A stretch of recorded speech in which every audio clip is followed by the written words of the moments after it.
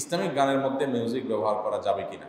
Islamic গান এটাতে যদি মিউজিক যুক্ত হয় তাহলে তার ইসলামিক গান হলো না, এটা তো অনইসলামিক গান হয়ে গেল। আমাদের অনেক ভাইরা আছেন যে ইসলামিক গানের মধ্যে সফট মিউজিক দেন। কি মিউজিক? সফট, বোঝার কোনো উপায় নাই, ওইরকম ভারী ঢোল তবলার আওয়াজ নাই, কিন্তু হালকা করে একটু লেয়ার দিয়ে দিছেন, পিয়ানো দিয়ে, এটা দিয়ে সেটা দিয়ে, মানে বোঝা যায়।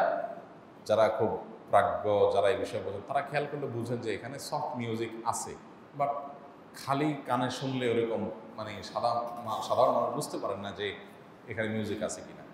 তো এই প্রশ্নের উত্তর হলো যে সফট মিউজিক, হালকা মিউজিক দিল আর কি, এটাতে কোনো অসুবিধা হবে কিনা? এর উত্তর হলো যে কোনো পানিতে কোনো খাবারে যদি হালকা বিষ মিশান অসুবিধা হবে?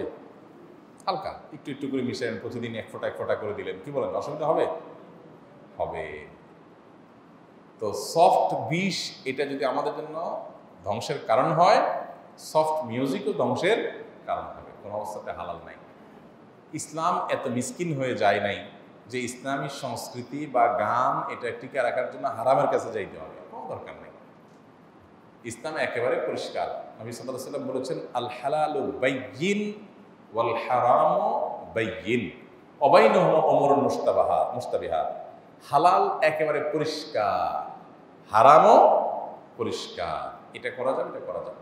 এর মাঝখানে কিছু বিষয় আছে সন্দেহপূর্ণ, মানুষ ধরতে পারে না, সূক্ষ্ম, এগুলো থেকে বেঁচে থাকতে হবে। এগুলো থেকে যদি বেঁচে থাকে সে তার তাকওয়াকে হেফাজত করে। বিধায় ইসলামের সঙ্গীত শোনার নাম দিয়ে এই সফট মিউজিক সহ যে গান আছে এগুলো যদি শুনেন তাহলে আপনি গুনাহগারী হলেন। ওই যে বিষ একটু একটু করে অল্প অল্প করে খাইলেন, একসাথে খাইলেন না, কিন্তু একটু একটু খাইলেন, তো ধ্বংস ঠিকই আনবে, হয়তো একটু সময় লাগবে। এই বিধায় এগুলো থেকে আমাদের বেঁচে থাকা দরকার।